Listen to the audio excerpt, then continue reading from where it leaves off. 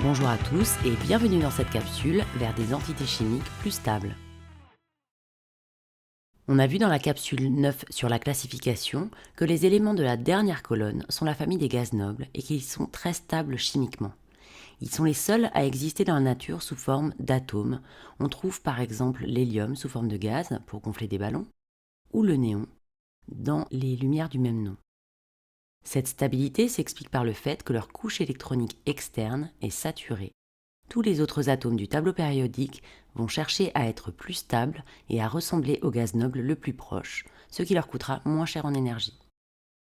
Ils peuvent le faire de deux façons, soit en formant un ion, soit en s'assemblant en molécules.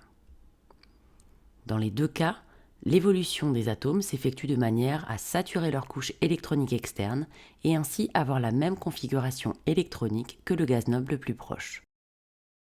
Intéressons-nous d'abord à la formation des ions. Mais d'abord, rappelons quelques définitions. Un ion monoatomique est un atome qui a perdu ou gagné un ou plusieurs électrons. Prenons l'exemple du sodium. Comme tous les atomes, il possède autant de charges positives que de charges négatives. La charge électrique est donc nulle, on dit qu'il est neutre. Cet atome va avoir tendance à perdre un électron. Il y aura toujours le même nombre de protons, mais il ne restera plus que 10 électrons. Il y a donc une charge électrique positive en trop. L'ion formé aura une charge positive égale à plus 1. C'est un cation. Un cation est un atome qui a perdu un ou plusieurs électrons, c'est donc un ion positif. Comme par exemple l'ion sodium, l'ion calcium ou l'ion Fer3+. Un anion est à l'inverse un atome qui a gagné un ou plusieurs électrons, c'est donc un ion négatif, comme par exemple l'ion chlorure, l'ion sulfure ou encore l'ion nitrure. Tous les ions monoatomiques stables qui existent dans la nature ont leur couche électronique externe saturée. Voici la liste des ions à connaître. Vous devez être capable de donner leur formule à partir de leur nom et inversement. L'ion hydrogène H+, sodium Na+, potassium K+, calcium Ca2+, magnésium Mg2+, chlorure Cl- et fluorure F-. Comment savoir quels ions vont se former? Prenons l'exemple du fluor. Sa configuration électronique est 1s2, 2s2, 2p5. Il manque un électron sur sa couche externe pour qu'elle soit saturée. Ainsi, l'atome de fluor va avoir tendance à gagner un électron pour former l'ion fluorure F-, qui aura la même configuration électronique que le gaz noble le plus proche, ici le néon. En effet, l'atome de fluor de configuration 1s2, 2s2, 2p5 va gagner un électron pour former l'ion fluorure 1s2, 2s2, 2p6 de configuration identique à celle du néon. Cette couche est saturée, l'ion fluorure formé est donc stable. Si on regarde à présent l'atome de chlore, on s'aperçoit qu'il lui manque également un seul électron pour saturer sa couche électronique. Il formera l'ion chlorure Cl-. Intéressons-nous à une autre colonne. L'atome de soufre a une couche externe 3s2, 3p4. Il lui manque 2 électrons de valence pour saturer sa couche électronique et avoir la même configuration électronique que le gaz noble le plus proche, c'est-à-dire ici l'argon. Il va donc gagner 2 électrons et former l'ion sulfure S2-, tout comme l'oxygène qui formera O2-. Comme les atomes d'une même colonne ont le même nombre d'électrons de valence, ils vont former des ions de même charge. C'est la même chose pour les cations. Dans le cas du magnésium, le gaz noble le plus proche est le néon, dans la période du dessus. L'atome de magnésium a 2 électrons de valence, il va avoir tendance à perdre ces 2 électrons pour avoir la même configuration électronique que le néon et former l'ion magnésium de formule Mg2+. Dernier exemple, à votre avis, quel ion va former l'atome de lithium? Eh bien oui, il va perdre son seul électron externe pour avoir la même configuration électronique que l'hélium et former l'ion Li+. Mais pour le carbone alors, va-t-il gagner 4 électrons pour saturer sa couche électronique? Ou alors va-t-il perdre ces 4 électrons pour avoir la même configuration que l'hélium? Eh bien ce sera ni l'un ni l'autre. Les atomes du milieu d'une période, comme le carbone ou le silicium, vont plutôt s'assembler pour former des molécules, ce qui est un autre moyen de gagner en stabilité. Pour obtenir les électrons externes qui lui manquent, et donc gagner en stabilité, un atome peut établir des liaisons chimiques avec d'autres atomes et former des molécules.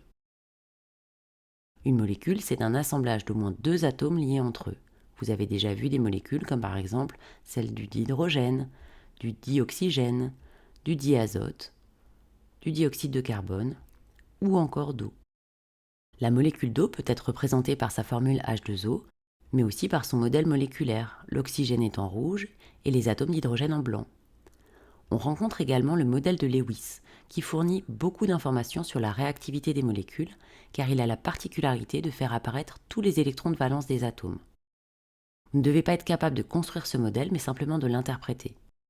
Pour vous expliquer comment interpréter ce modèle, regardons comment il se construit. Rappelez-vous, l'oxygène, en tout, a 8 électrons qu'on peut répartir selon les couches électroniques, comme on l'a vu dans la capsule 8 sur le cortège électronique. On place 2 électrons dans la couche 1 et les 6 électrons restants dans la couche 2. Ce sont les 6 électrons de valence. Représentons à présent les 2 atomes d'hydrogène qui possèdent chacun un seul électron. Quand on passe de 3 atomes isolés à une molécule, les atomes mettent en commun leurs électrons de valence pour former une liaison entre eux. En s'associant, les atomes libèrent de l'énergie car elles sont stabilisées. C'est la même énergie qu'il faudra fournir pour casser cette liaison, c'est ce qu'on appelle l'énergie de liaison. Comparons cette représentation avec le schéma de Lewis de la molécule d'eau. Les électrons mis en commun représentent une liaison chimique. Dans le schéma de Lewis, on les représente par un tiret entre les 2 atomes. C'est une liaison covalente, également appelée doublet liant. Doublet car il y a 2 électrons et liant car ils servent à lier les atomes.